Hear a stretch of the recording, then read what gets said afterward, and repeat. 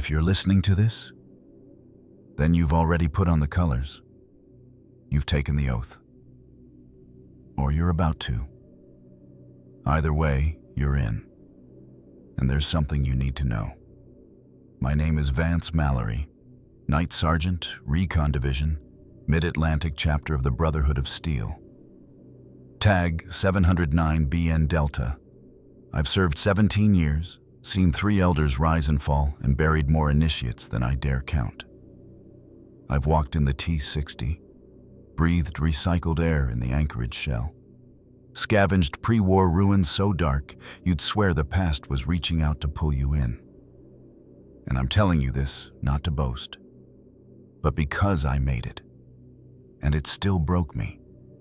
The Brotherhood has its creeds, its prayers, its slogans, carved in steel. The Codex is the shield, the chain that binds. Preserve the past. Destroy the misuse. They sound noble, holy even. You hear them in the mess hall, in the bunkers, echoing off the walls like sermons. But no one tells you what they cost, not at the start, not until it's too late. I was 17 when they took me, not conscripted like the NCR, not bought like the Strip, chosen, recruited. They made me feel like I'd been given the golden ticket to a better world. And in a way, I had clean water, structured life, a purpose forged in something stronger than flesh. But they never mentioned that before you wear the steel, you wear the pain. That before you serve the Codex, you'll serve your own fear. That every person you've ever known will become a ghost. And every piece of tech you touch will be worshipped harder than your own name. It starts small. A bunk, a schedule, a ration pack. You call the man in charge Paladin, not Sir. You learn not to ask why Initiate Hammond stopped showing up after week 2. You don't ask what the red triangle means next to someone's name in the deployment log. And one day, a knight leans close to you and says, "Steel is strong, kid, but discipline is stronger." And you believe them, because you want to be strong, because you want to belong, and because if you start asking questions, you already know you're not ready for the answers. They say the Brotherhood exists to protect humanity from itself, to ensure our species never burns itself down again chasing God, tech, and glory. But here's the trick. You're not saving the world. You're saving the idea of the world. And you'll do terrible things to protect it. You'll strip settlements of salvaged generators. You'll shoot a scavenger over a data holotape. You'll ignore the starving town behind the gates while you catalog a fusion-powered toaster. Because the Codex says so. And the Codex is law. Now, I still believe we're the last real guardians of humanity. I do. But I need you to know the truth. You will be broken. Not by battle, not by attrition, but by loyalty, by the weight of silence, the strain of being the blade and the wall. And worst of all, by realizing that the enemy sometimes wears the same armor you do. I'm not broadcasting this. I'm not leaking it to the wasteland. I'm speaking to the only people who might still understand. You, the next initiate. Or maybe the knight I trained last year. Or the scribe who's starting to doubt what she copied into the archives. Whoever you are, I know what you've been promised. Glory, brotherhood, purpose. But you weren't told what comes first. Starvation, silence, obedience. You weren't told that your power armor will one day feel like a tomb, or that one day you'll watch a brother fall and feel nothing. You weren't told that the Codex preserves more than knowledge. It preserves the rot. There's a reason we don't talk about those who break. why their names vanish, why we salute the armor, not the man inside it. Because we know deep down, we all crack. Some just do it quieter. So if you're ready to begin this journey, then keep listening. Because what comes next is the truth. Not the glory posters, not the recruitment holotapes, but what it's really like to be forged in steel and reshaped into something the wasteland fears. Let's start where it always does, where they first break you open. They say every brother of steel begins as a child of dust. That's true enough. Before the armor, before the oaths, before the Codex gets carved into your skull, you start as nothing. A half-starved orphan, a scavenger's brat, a refugee. Something the wasteland forgot. The Brotherhood finds you, shines a flashlight in your face, and calls it salvation. The patrol that found me came from the Citadel, under Elder Lyons himself. I didn't know who they were. To me, they were gods, metal giants, with laser fire spilling from their fists. They cleared a nest of raiders near the Potomac. When the smoke cleared, they pulled out anyone still breathing. Mostly kids. The rest they left for the crows. A paladin looked me over, thin, fevered, shaking, and said, "He'll do. The steel needs shaping." That was my recruitment. No choice. No ceremony. Just a nod. We were marched east under the broken span of the bridge until we reached the Citadel. The old Pentagon looked like heaven and a tomb welded together. Half collapsed, half reborn, glowing with generator light. The banners of the Brotherhood snapped over the rubble like judgment itself. Inside, the air smelled of oil, ozone, and order. They called us squires, not initiates yet. Squires are the Brotherhood's sandpaper. They grind you until the flesh you were born with gives up. We were given simple gray tunics, shaved heads, and serial numbers. Our belongings were taken, burned, or recycled. One boy tried to hide a toy pistol in his boot. The head scribe melted it down in front of us, whispering, "The past is a weapon. We disarm it." That was day one. The training yard sat in what used to be the Pentagon's inner courtyard. Concrete, steel, and the ghosts of pre-war generals. We ran drills until the sky went black. If you stumbled, you ran again. If you fell, someone dragged you up. If you refused, you vanished. There was no shouting, no cruelty, just the quiet efficiency of a system that had broken 1,000 squires before you. Meals were measured in grams, water in mouthfuls. Sleep, when granted, came in 4-hour windows punctuated by alarms. They called it discipline acclimation. I called it starvation with purpose. My first week, I learned 3 things. Pain is instruction. Fear is currency. Compassion is waste. They didn't teach us to shoot yet. They taught us to obey. "A soldier who asks why is already dead," said Knight Captain Duran. "A soldier who acts is eternal." He said it like scripture. We repeated it until it stopped sounding like a lie. At night, I shared a bunk with 4 others.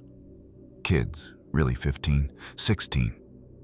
We whispered names, then stopped when we realized names meant attachments, and attachments meant weakness. We began calling each other by numbers. Mine was 7. Simple, forgettable, just like they wanted. Every morning we cleaned the armor bays, rows of hulking T-45s and T-51s resting like sleeping titans. We weren't allowed to touch them, not yet. But even from a distance, you could feel the hum, the low, sacred power. They told us those suits were the last true relics of civilization, and that one day, if we proved worthy, we might wear one. Until then, we polished, we watched, we dreamed. Dreams were dangerous. Dreams made you hesitate. Dreams made you remember the wasteland outside. One boy, Cal, from Megaton, used to talk about the sun. Said he missed its warmth. He said it once too often. The next morning, his bunk was empty. No explanation, just the same routine. Durand walked through the barracks, looked at the empty space, and said, "The wasteland reclaims its own. The steel keeps what it needs." No one spoke Cal's name again. The first test came at the end of month 1. They called it the winnowing. We were woken before dawn, lined up barefoot on the cold floor of the courtyard. The air reeked of burnt plasma and winter rain. Paladins circled us like hawks. Each squire was handed a data slate with a single question from the Codex. Mine read, "What is the duty of the Brotherhood to those outside its ranks?" I stared at it until my hands shook. Then I wrote the only answer that would let me live. Observation, protection, separation. Half the group failed. They didn't shout. They didn't plead. They were simply reassigned. Maintenance, sanitation, and other duties no one described in detail. We never saw them again. When the day ended, I was still standing, bloody-footed, half-blind from exhaustion, but standing. That night, I carved the word "steel" into the underside of my bunk with a rusted nail. It wasn't rebellion. It was a reminder. Because by then, I'd already started to believe it. Looking back, I realize that's the genius of the Brotherhood. They don't recruit soldiers. They grow believers. They take the lost, the hungry, the desperate, and give them a shape. Then, they beat that shape until it fits the mold. And when it finally does, you thank them for it. That was my first month. Squire Mallory, number 7. Still dreaming of power armor, still thinking glory was the reward. I didn't know yet that glory was the first step toward isolation, or that the next thing they'd take wasn't my hunger, but my name. They woke us before dawn again. But this time there was no shouting, no drills, just the sound of boots on stone and the low, steady hum of a generator coming to life. We were told to wash, to dress in fresh gray uniforms, no stains, no rust marks, no individuality. The barracks stank of metal polish and nervous sweat. Everyone knew what day it was. Oath Day. The day squires stopped being squires and became initiates. The ceremony took place beneath the Citadel's western courtyard, in the vault they called the Hall of Provenance. Pre-war walls reinforced with Brotherhood plating, floodlights burning a constant amber. At the center stood a plinth carved from salvaged concrete, its surface etched with a single word, Codex. Around it waited 3 paladins and an elder. Their armor shone like wet obsidian. Their visors reflected the rest of us, 23 trembling silhouettes. No music, no prayers. Just the whisper of the air system and the heartbeat in my ears. We were lined up, 10 paces apart. A scribe walked past, pressing a small metal tag into each of our palms. Serial number, rank placeholder, blood type. That tag would hang from our necks until death, rust, or desertion took us. I looked down at mine. 709 B7 Mallory. That was the last time I saw my name spelled correctly. When the elder spoke, his voice wasn't loud, but it carried through the chamber like current through wire. The wasteland devours the weak. The Brotherhood preserves the worthy. The past is our burden and our weapon. Do you come before us willing to surrender the self for the shield? We answered together, rehearsed, hoarse. I do. He studied us for a moment, as if deciding who still meant it. Then he gestured, and the paladins drew their sidearms, low-power laser pistols. Each raised it to the faceplate level. Kneel. We did. Repeat after me. The words of the oath still live in me, whether I want them to or not. I am steel shaped by purpose. My mind is the forge, my will the fire. I serve the Codex before blood, the mission before mercy. I shall hoard knowledge, not power. Preserve order, not pity. I am bound to the chain that binds. I am a son of iron, a brother eternal. And then came the line that sealed it. I shall call no man father, no woman mother. Save the Brotherhood. When we spoke it, the pistols fired. A harmless discharge, a burst of light that turned the air white for half a heartbeat. Symbolic cleansing, they called it. A burning away of the old world. To me, it felt like being erased. Afterward, we were told to stand. A knight walked the line with a small blade, drawing it across each palm just deep enough to bleed. The blood was smeared onto the Codex plinth. The elder pressed his gauntlet to it, mixing his own. Then he said, "The past has claimed you once. Now we claim you forever." That was it. No applause, no congratulations, just new orders. They marched us out into the courtyard, where the rest of the garrison waited. Hundreds of armored figures stood in rigid formation, visors gleaming in the dawn light. For a moment, I thought they looked magnificent gods, reborn from the bones of war. Then I saw their eyes behind the glass. Empty, calm, resigned. And I realized they weren't greeting us. They were replacing us. Initiate life began that same hour.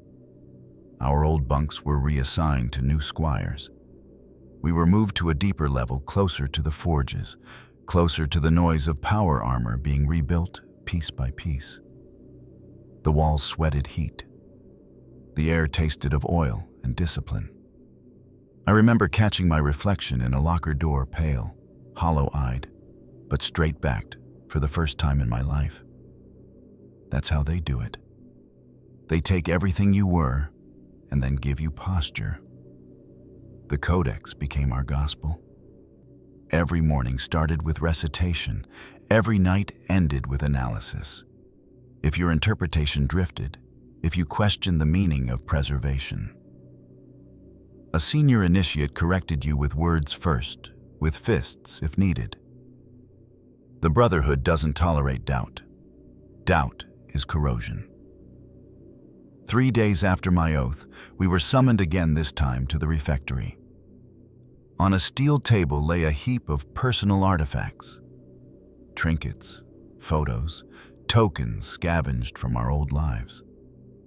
Each of us had brought something, hidden during recruitment. They'd found them all. A paladin handed each of us our item. We were told to step forward, one by one, and destroy it in the incinerator. A girl named Kira held a small music holotape. She hesitated. Duran, the same knight captain who'd trained us, leaned in and whispered something none of us heard. She dropped the tape into the flame. When my turn came, I held a picture. My mother and I, before the war finally tore DC apart. We were smiling. That's simple. I slid it into the fire. The paper curled. The faces blackened. Something in me cooled with it. When the last ember died, the elder spoke again. The world outside lies to you. We offer truth. Truth is pain. Endure it, and you will never hunger again. We bowed, and I believed him. That night, the initiate barracks echoed with silence. No jokes, no whispered names. Just the rhythmic thrum of the ventilation fans and the realization that the wasteland was no longer home. Home was here, underground, under watch, under oath. I thought about the men in armor above their calm, their power, and promised myself that one day I'd stand among them. I didn't know that standing among them meant standing alone. That's the moment I stopped being Vance Mallory, son of the wastes. That's the night the Brotherhood made me one of their iron sons. And the first thing they taught me to do, once I belonged, was how to starve. They tell you that hunger is weakness, leaving the body. They tell you that deprivation sharpens the mind, burns away the useless, tempers the soul. They don't tell you how fast it hollows you out. Initiate training began the morning after the oath. We woke to the sound of the mess horn and the smell of boiled soy and rust. Breakfast was a metal bowl half filled with nutrient paste. A gray slurry they called Sustenance Compound 7. No flavor, no color, no comfort. Just calories measured to the gram by the scribes. If you asked for seconds, you were volunteering for inspection duty, which meant 12 hours in full hazmat gear under the reactor vents. So no one asked twice. You ate, you stood, you worked. That was the rhythm. The Brotherhood doesn't starve you out of cruelty. They starve you out of need. Control the body, control the mind. A soldier who hungers only for permission is easy to keep. Within a week, every conversation in the barracks revolved around food imaginary meals, childhood flavors, the fantasy of sweetness. I once caught myself dreaming of apples. I woke with my tongue bleeding from biting it. By week 2, even the water rationing began to bite. 2 cups per day. 1 for drinking, 1 for hygiene, though no one ever wasted it on washing. Duran walked the rows of bunks one night, holding a tin cup half full of clean water. He moved it under our noses, one by one. Said nothing. Just let the scent of purity test our willpower. One initiate reached out. Barely just reflex. Duran spilled the cup, slow and deliberate, onto the floor. Then he made us all mop it with our sleeves. After that, no one reached again. Physical drills replaced meals. Push-ups until our arms locked. Runs until the room tilted. We learned to march in silence, to breathe on command. We learned the 7 tenets of endurance: discipline, deprivation, duty, decorum, detachment, devotion, death. The instructors made us recite them before every meal, sometimes after. The first few days, I hated them. Then I started repeating them to myself before sleep, a kind of lullaby. That's when I realized hunger was doing its work. On the 10th day, one of us collapsed during endurance testing. A tall boy from Rivet City called himself Lyle before names were forbidden. He hit the deck mid-drill, shaking. The med Squire checked him, then turned to Durand. "Severe hypoglycemia," he said. "He needs..." Durand cut him off. "He needs the Codex," and walked away. We finished the drill. When we returned, Lyle was gone. His locker was already reassigned. No one said a word. That night, the mess hall served an extra spoon of paste per bowl. Some called it reward. Some called it reminder. I just called it efficient. Your body changes first. You move quieter. You stop wasting motion. Your stomach learns the difference between hunger and habit. Then your mind follows. It stops reaching for comfort and starts reaching for rhythm. Routine becomes religion. They told us we were becoming efficient. I called it becoming empty. The hunger drills weren't just physical. They fed us ideology like they fed us food, slow, measured, relentless. Each lesson ended with a question: what separates us from the wasteland? And we would answer, discipline. Even if our throats were too dry to say it properly, someone would whisper it for us. Because silence was worse than being wrong. Around the third week, something strange happened. The hunger stopped hurting. You start feeling clean, weightless, like your body's given up its demands. Like maybe you're rising above the flesh entirely. That's when you're truly theirs, when pain becomes proof of faith. Duran called it the ascension of service. We called it the calm. One evening, while cleaning the generator conduits, I found a tiny scrap of paper stuffed between two plates of armor. It was a fragment of a label, something from pre-war packaging. Printed words barely legible. Chocolate chip deluxe. I stared at it for almost a full minute. Just those words. I could almost taste it. Imagine the sugar melting on my tongue. And for the first time in weeks, I remembered what joy felt like. It hurt. I burned it before anyone saw. We weren't supposed to talk about weakness, but sometimes you catch someone's eyes across the barracks and know they're thinking the same thing. Wasn't this supposed to be glory? But you don't say it aloud. Because everyone else is starving too, and hunger makes loyalty look like survival. After 40 days, the instructors called us to assembly. Duran stood before us with a steel pitcher and a single loaf of ration bread, dense, dark, almost inedible. He poured water into a glass and broke the bread.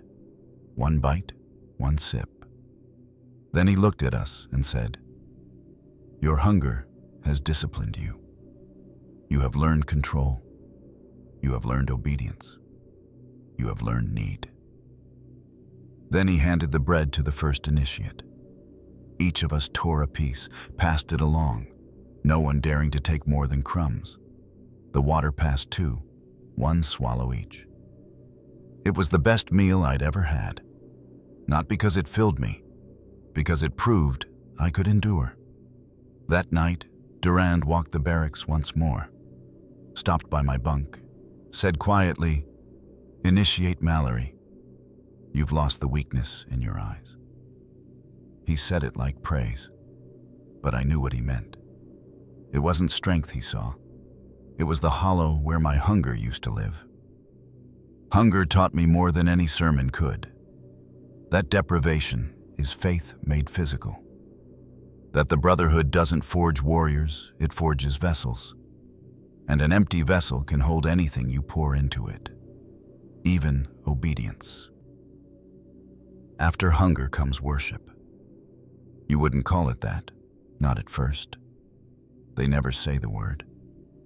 But once you've starved for a month, once the flesh is quiet and the mind starts listening, the Brotherhood introduces you to the thing they really believe in: steel. Power armor isn't just gear. It isn't just technology. It's a doctrine. The first time they let us near the suits, we were blindfolded. No one explained why. Just silence and the whine of a freight elevator beneath our boots as we descended into the lower halls of the Citadel, the ones that smell like ionized air and rusted reverence. When the blindfolds came off, I understood. We stood in a cathedral of armor. Dozens of suits, T-45s, T-51s, a few T-60s, brought east from the Midwest chapter. They stood in exoskeletal silence, lit by flickering halogen rings, looming 10 feet tall. Each one carried its own scars, weld lines, dented plating, scorched sigils. One of them still had dried blood near the rebreather. Our instructor, Senior Knight Hale, stepped forward. "These are not tools," she said. "They are ancestors, and you will clean them like you'd clean your own grave." Our first assignment was a T-45d, the armor that changed the world. Prototype during the Sino-American War, mass deployed during the Anchorage Reclamation. Most of us had only seen them in ruins, slumped corpses wearing burnt-out fusion packs. Now we were expected to polish them with our bare hands. No mechanized brushes, no solvents. Cloth, elbow grease, contrition. That was Hale's mantra. Maintenance was a sacred rite. Each initiate was assigned to a blessing rotation, a 6-hour shift per day, focused on disassembly, cleaning, and reconsecration. That's what they called it. Not armor maintenance. Reconsecration. We were taught the 7 components of unity: servo frame actuator joints, ceramic plate motion relay, neural interface, fusion power cell, Brotherhood sigil. Each one had to be cleaned in a specific order, and you weren't allowed to proceed unless a knight blessed the step with a biometric scan. Everything had ritual, even grease. You wore gloves to handle fusion core ports. You recited the lines of purity while scrubbing the pressure seals. One mistake, one drop of compound in the wrong socket, and the whole suit was locked down for recalibration. That meant hours of punishment duty, if not worse. I watched one initiate scrub for 4 hours straight under a paladin's gaze, tears cutting streaks through the carbon on his cheeks. He was 14. You don't ask how old someone is in the Brotherhood. It's not relevant. Steel doesn't age. But over time, something shifts. You stop seeing the armor as machines. You start seeing them as silent teachers, vessels of patience, of power. And the more time you spend with them, the more you crave to be inside. Durand used to say, "A man without armor is a question.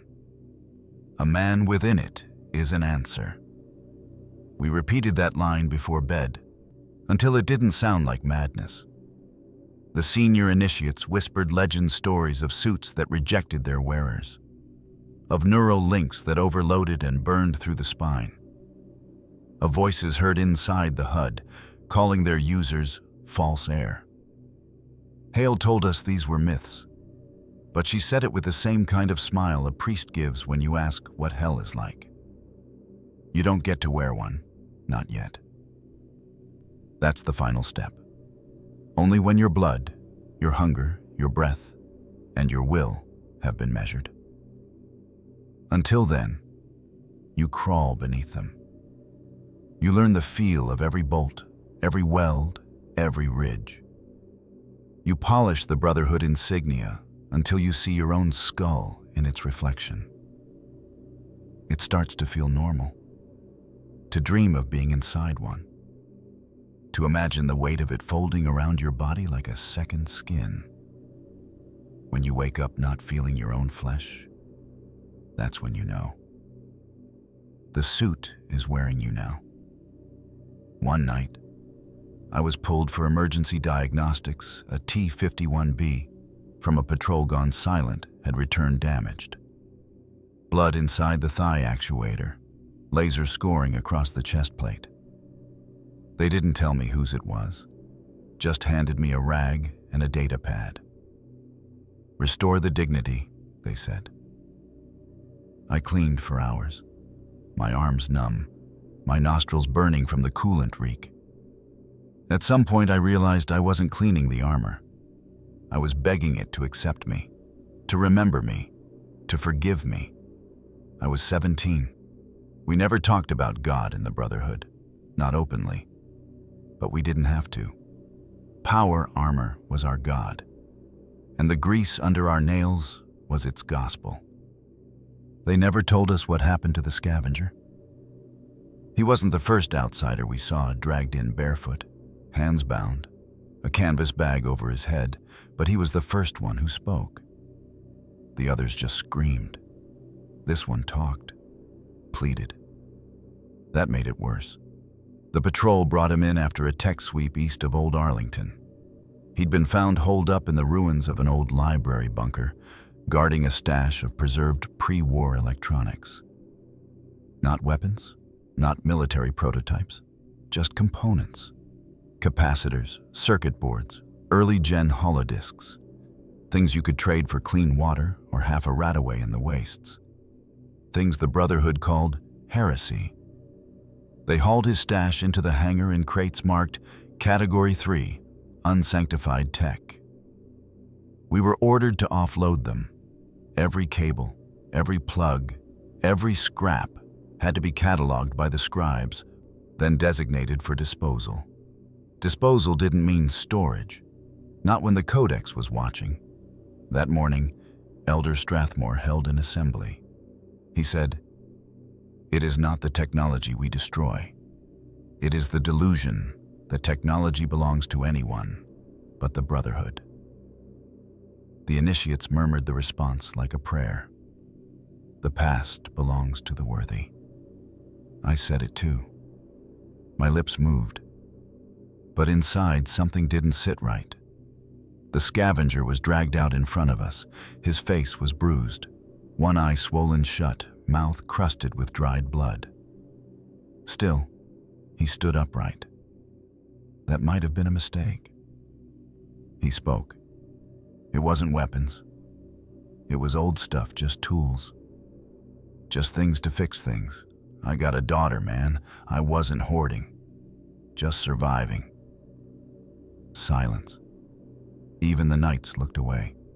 The elder stepped forward. Glared down at the man like he was a cockroach wearing shoes. The Codex does not forgive ignorance. The Codex does not permit dilution of purpose. You traffic in fragments of a fallen world. That makes you a disease. He raised his hand. A paladin stepped forward, rifle in hand. "You can't," the scavenger began. Then there was light. Then there was no more talking. They made us burn the tech the same day. Not melt. Burn. Out in the courtyard, we loaded the stash into a burn pit built from scorched Brotherhood wreckage. A symbol, they said, ashes returned to holy earth. Some of it sparked and hissed as the flames took it. Plastic bubbling, metal screaming. You could smell the old world dying all over again. We were instructed to watch. Not just the burning.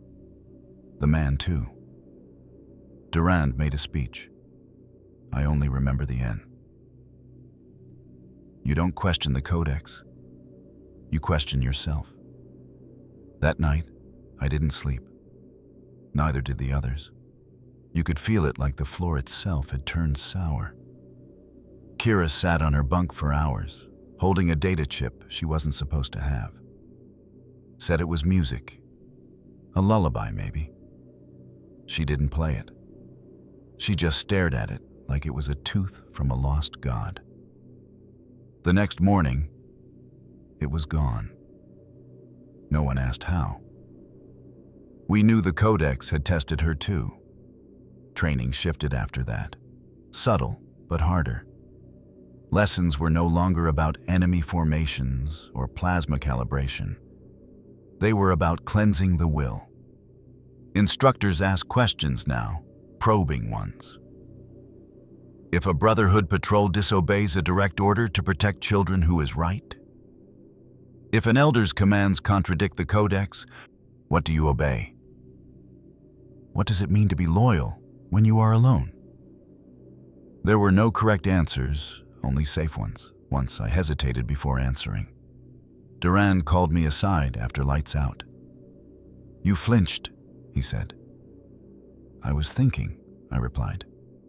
He stared at me, not with anger, with something colder. The Codex does not care what you think. It only cares that you submit. Then he handed me a cloth and told me to scrub the barracks floor with solvent until it was clean enough to reflect the sigil on the wall. It took me 3 hours. My hands bled. When I finished, Durand nodded once and left. No praise, just acknowledgement that I had suffered correctly. Weeks later, we had another trial. They brought in a different kind of heretic. This one wore a Brotherhood uniform. She was a former knight turned rogue. Said she'd questioned a recovery order. Said she refused to destroy a working pre-war mainframe housing a preserved AI fragment. The Codex called it deviation. They called it spiritual rot. They didn't execute her in front of us. That would have made her a martyr. Instead, they sentenced her to something worse: removal from the chain. We watched her stripped of her insignia, her tags, her voice. Then they dragged her into the sub-level archives. Nobody ever saw her again. I asked a scribe once what removal from the chain meant. He said, "It means you are still alive, but your life no longer matters." He smiled after saying it. I never asked again. By then, I understood what the Codex really was. Not a document, not a law, a mirror.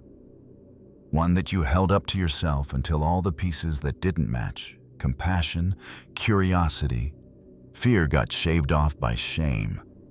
And if you looked long enough, eventually all you saw staring back was obedience. Sometimes I wondered what happened to the scavenger's daughter. If she was still waiting in the dark, hoping her father would bring her light. The Codex said her life was not my concern.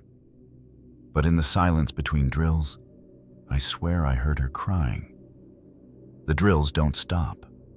Even when you're limping, even when your vision swims from dehydration, even when you haven't slept in 3 days and the world starts to whisper behind your eyes. They don't stop.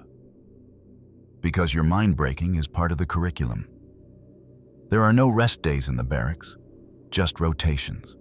Combat prep, codex study, mechanics, weapon stripping, electrical mapping, recon sim, more combat. Then inspection, then reflection. Reflection wasn't quiet time. It was when they made us sit in silence and stare at the Brotherhood sigil carved into the wall. For hours. Just you and that symbol.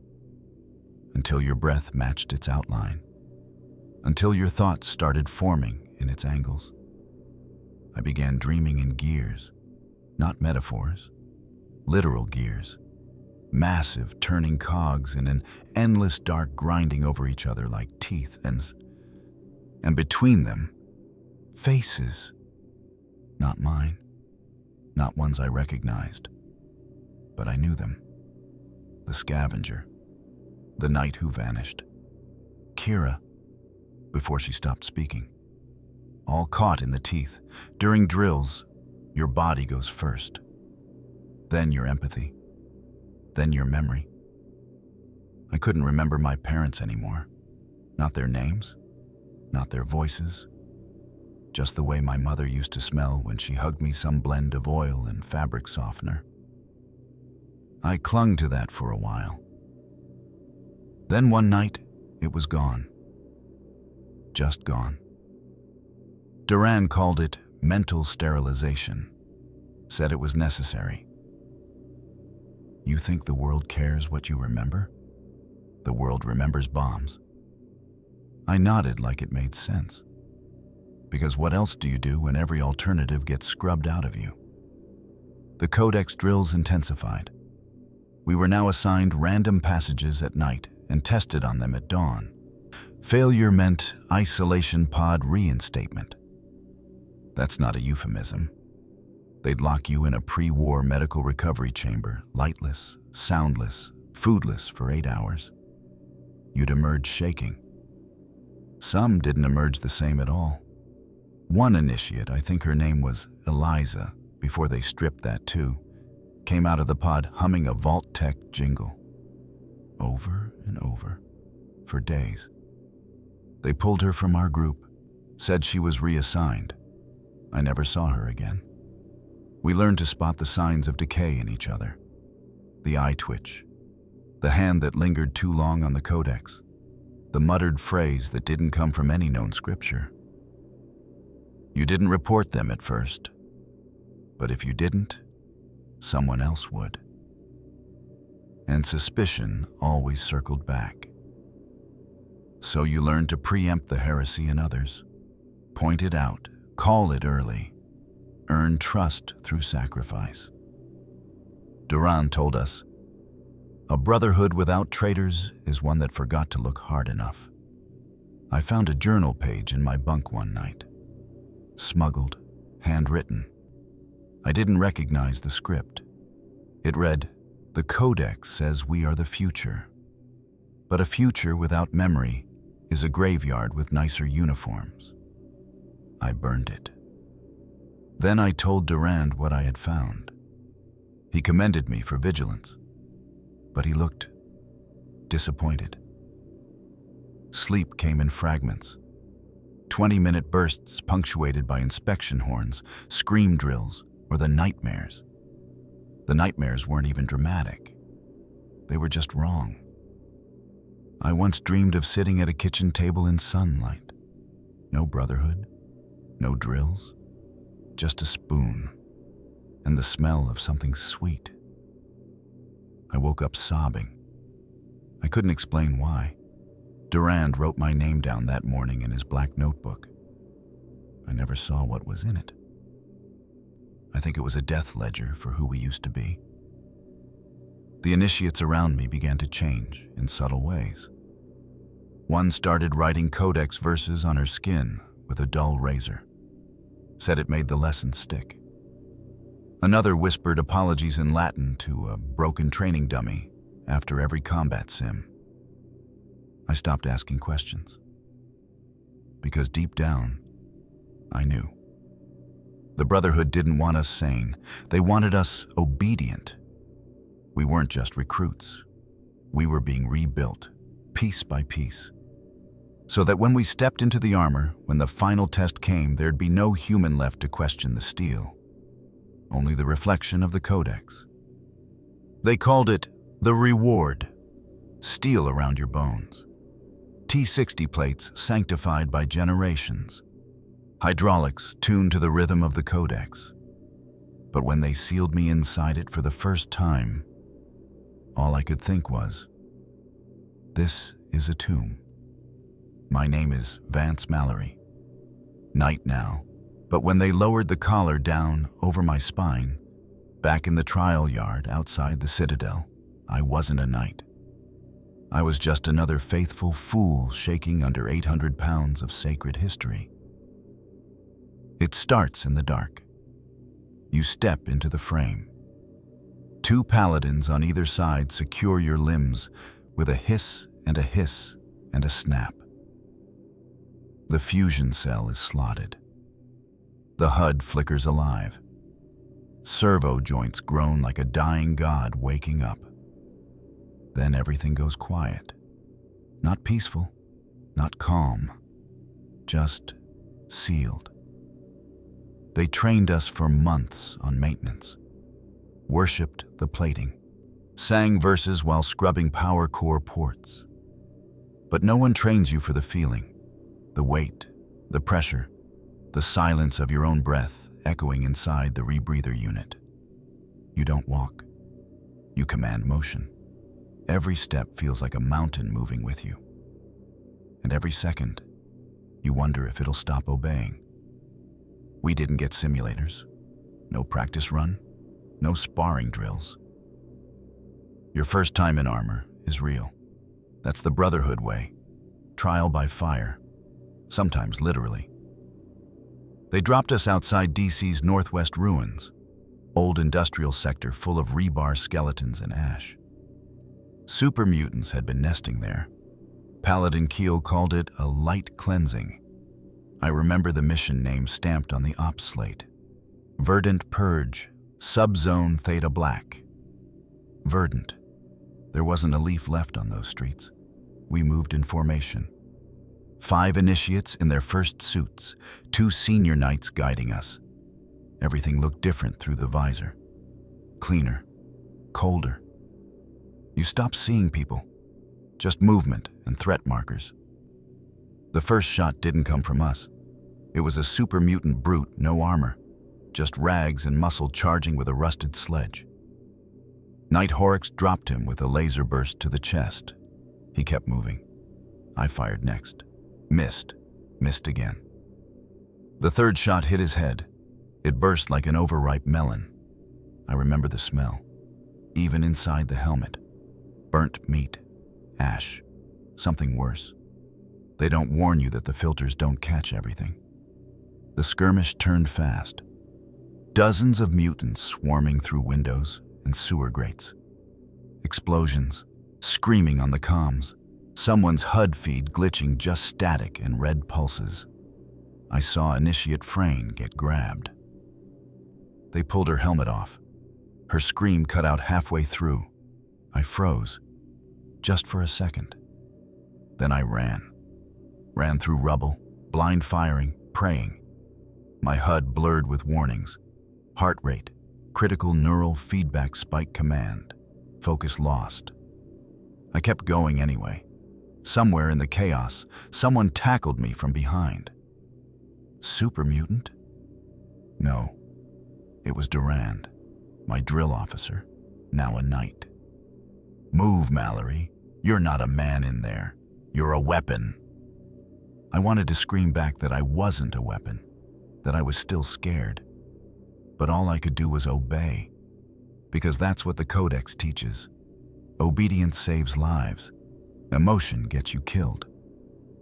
We finished the op 3 hours later. 4 initiates went in. 2 came out walking.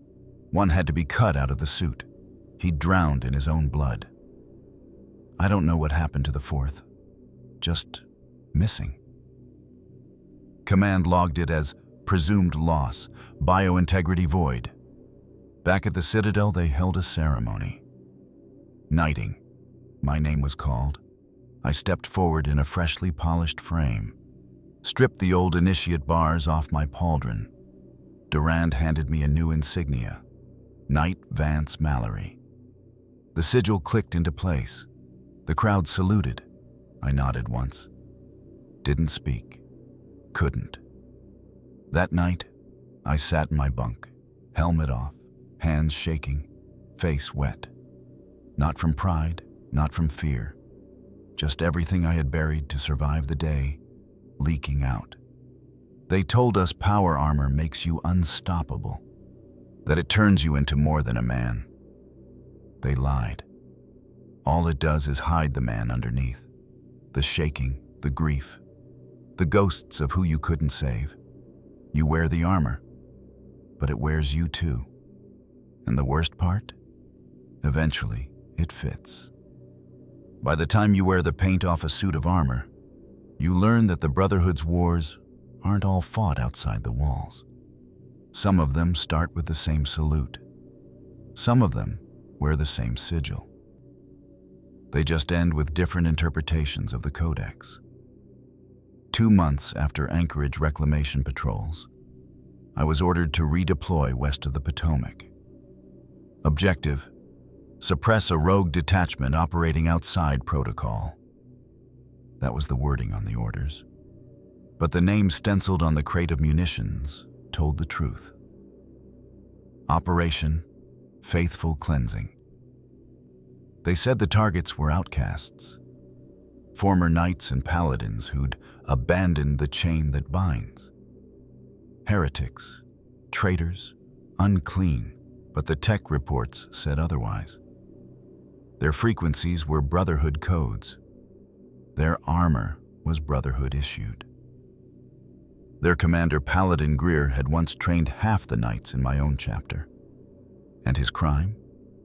Keeping pre-war research cores instead of melting them down. The march to their compound took 2 days through dust and static storms. Every night we camped under half-collapsed sky bridges, reciting Codex passages until the wind carried our voices away. Durand was with us again now. Captain Durand, and he seemed more machine than man. He reminded us of the Codex verse burned into every data slate. That which divides the Brotherhood endangers the species. Unity through obedience. obedience through fire. We reached the Outcasts' base at dawn, a derelict federal facility turned fortress, barricaded with rusted APC hulls. Their banners were still Brotherhood red, but the gear symbols had been painted over in black. Our paladin gave the order: broadcast surrender. If they answer, we cleanse their comms. If they don't, we cleanse the ground. I listened as our comm officer transmitted the demand. Static. Then a voice came back steady, familiar. We are Brotherhood. We serve the same codex you've forgotten. Lay down your pride. The comms cut off a moment later. Then the bombardment began. The first blast cracked open their walls. The second turned the courtyard into molten glass.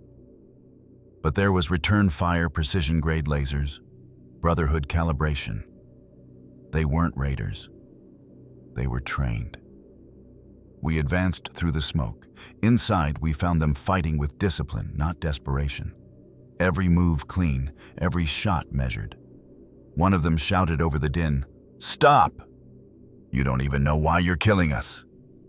Durand answered with a burst from his Gatling laser. I hesitated. The outcast who'd spoken was on his knees now, visor shattered, face visible, older, scarred. But his eyes carried that same calm emptiness I'd seen in every briefing room back home. He looked at me, not pleading, just tired. "Brother," he said, voice raw. "We wanted to preserve, that's all." And before I could lower my weapon, a beam from someone else's rifle punched through his chest plate. He fell backward into the ash. The firefight lasted 20 minutes. The silence after lasted longer. When it was over, the compound was a ruin of armor and smoke. Our squad moved through, collecting data cores, tagging power armor for reclamation. Every suit we opened had a familiar face inside. Knights, scribes, friends. Durand walked past each one without a pause, calling names into his recorder. Status, heretic, terminated. When he reached Greer's body, he stopped, bowed his head for half a heartbeat, then repeated the same words. Back at camp, I couldn't sleep. The armor still stank of plasma burn. Inside my helmet, I kept replaying that voice. We are Brotherhood. I looked down at my insignia red paint, fresh, proud, and wondered what color it really was under all that ash. At dawn, Durand gathered us. Said Elder Strathmore commended the mission's success. Said the Codex had been protected. Said the heresy was ended. Then he looked right at me. Remember this, Knight Mallory. The Codex is a weapon, not a comfort. Aim it inward first. He left before I could ask what that meant. We were ordered to burn the remaining Outcast data drives. Before I tossed one into the incinerator, I saw a phrase etched into its casing. A technician's engraving, probably years old. Preserve, don't worship. The metal hissed as it melted. That sound still follows me in my dreams. On the journey home, we passed through a settlement outside Rivet City. Civilians came out to watch our convoy children with wide eyes, adults whispering. Some waved, others turned away. One woman shouted, "You killed your own!" No one answered. Durand didn't even turn his head, but I saw his gauntlet tighten on the control yoke.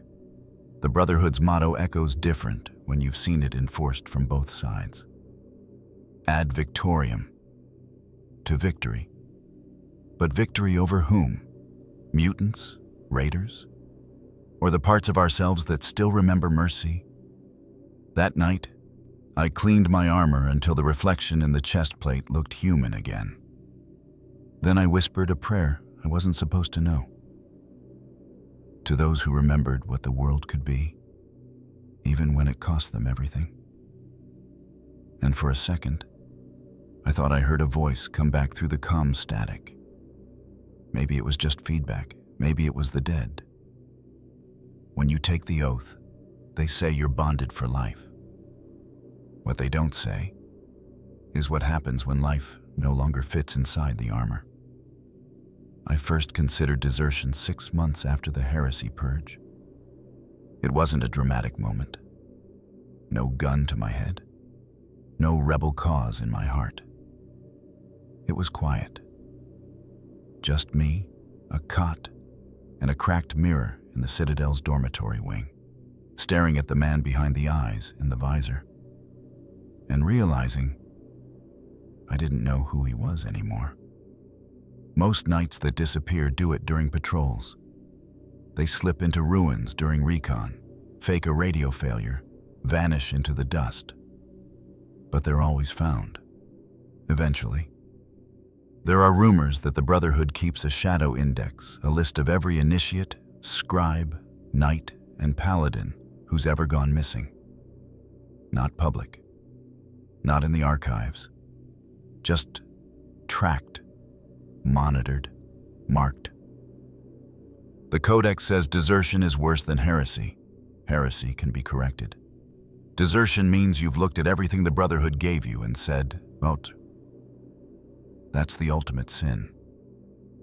It starts with the surveillance board.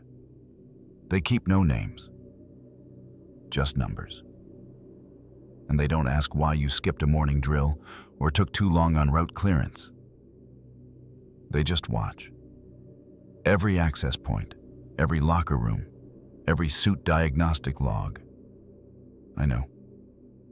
I helped calibrate some of the biometric loops when I was assigned maintenance shifts. There are heat signatures buried under the Citadel's floors, thermal trackers built into the dorm walls, radiation pattern identifiers tied to your meals. You are never alone.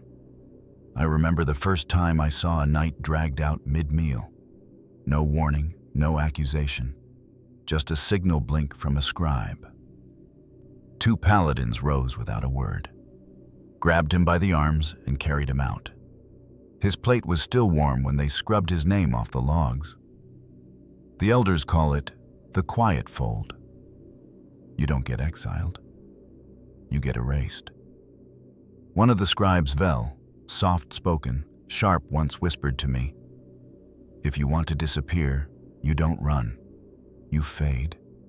You learn silence so complete it starts to sound like loyalty." I asked what happened if you got caught fading. She just shook her head. Then you never existed in the first place. They say you can't leave the Brotherhood. They're wrong. You can leave. You just don't get to live afterward. A month after that conversation, Vel was gone.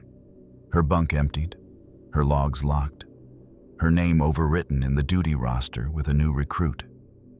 When I asked Durand, he said, "Scribe Vel has been reassigned." That's what they always say. Some still try. A Squire from the west bunk. Thompson stole a pulse grenade, bypassed outer perimeter checks, and tried to reach an old monorail line outside girder shade. He made it 27 minutes past the perimeter. When they caught him, his legs were broken in 5 places. They brought him back on a stretcher, hooked up to a stim pack 4, and crying. By nightfall, the crying had stopped. Not because the pain was gone, because his voice was. I've seen too many patrols where the mission wasn't about enemies. It was about reminders. They'd send us to investigate a suspected heretic enclave, only to find an abandoned shack and blood-stained armor tagged with Brotherhood insignia. The point wasn't the enemy. The point was memory. I started keeping my journal entries encoded, buried beneath repair schematics, encrypted like malfunction logs. Durand once pulled me aside after morning formation. "You keep detailed work notes, Knight Mallory." His tone wasn't accusatory, but his eyes held a question. I answered like I'd been trained. "Precision is loyalty." He let me go. But that night, I didn't write anything at all. Here's the truth no one tells you. The Codex doesn't need you to love the Brotherhood. It just needs you to need it. Once you've been inside the armor, once it's fused to your body, your status, your identity, there's nothing left outside. No life, no name, no home. And if you do leave, they don't call you a man. They call you a risk. The elder said once, "No one is ever unfit for duty, only unfit for forgiveness." That line burned into me. Because it meant you'd never be allowed to change your mind. I'm still here, still wearing the paint, still cleaning the plating with reverence I no longer feel. Because leaving isn't walking away. It's being hunted. And every time I look at the younger squires, the ones still bright-eyed, still clinging to the Codex like scripture, I want to scream at them. But I don't, because that would make me the heretic. And I know how they deal with heretics. The armory lights are flickering again. Power cells need replacing. But I haven't called it in. Let it rot a little longer. Something about the darkness makes this confession easier. My name is Knight Vance Mallory. Initiate 3012 2 East. Squire of the Citadel. Oath sworn of the Iron Sons. Brotherhood born. Brotherhood bound. And I don't dream anymore. Used to be. I saw fire when I closed my eyes. The screech of plasma rounds. The faces of outcasts with matching insignia and better reasons. Now, I see nothing. Sleep comes like shutdown. Wake like reboot. Routine, orders, march, repair, obey. No thoughts, no dreams, just steel. That's the last gift the Brotherhood gives you. Not honor, not legacy, silence. Tonight I saw a squire polishing a T-45 chest plate in Bay 3. He couldn't have been more than 16. Boots too big. Smile too clean. He hummed while he worked. Actually hummed. I stood there in my frame for 10 minutes and watched. Didn't speak. Didn't blink. Because I knew. He was me. Before the Codex, before the heresy hunts, before I learned that obedience can kill cleaner than any blade. He'll break. Or he'll bend until he becomes something that looks like strength. That's the secret. We are steel. But steel cracks. It just takes longer. And it bleeds differently. There's a scribe new, still green, who started asking questions about the Outcasts, about Vel, about the names that vanished from rosters with no graves. I warned her once, gently. You're staring into places the Codex doesn't illuminate. She laughed. Said truth doesn't need approval. She won't last. Not because she's wrong, but because she remembers what being human sounds like. Duran's still alive. Captain now. I see him walking the barracks with that same iron spine and dead stare. People salute him without looking. He doesn't nod, doesn't acknowledge. I used to think he was indestructible. Now I think he's been dead longer than the outcasts he buried. Just wearing the uniform because no one told him to stop. I keep my helmet off longer these days, even when regs say otherwise. It's harder to forget who I am if I can still feel my skin. The terminal I'm recording this on is unregistered, buried in the decommissioned bunk wing far from the network nodes.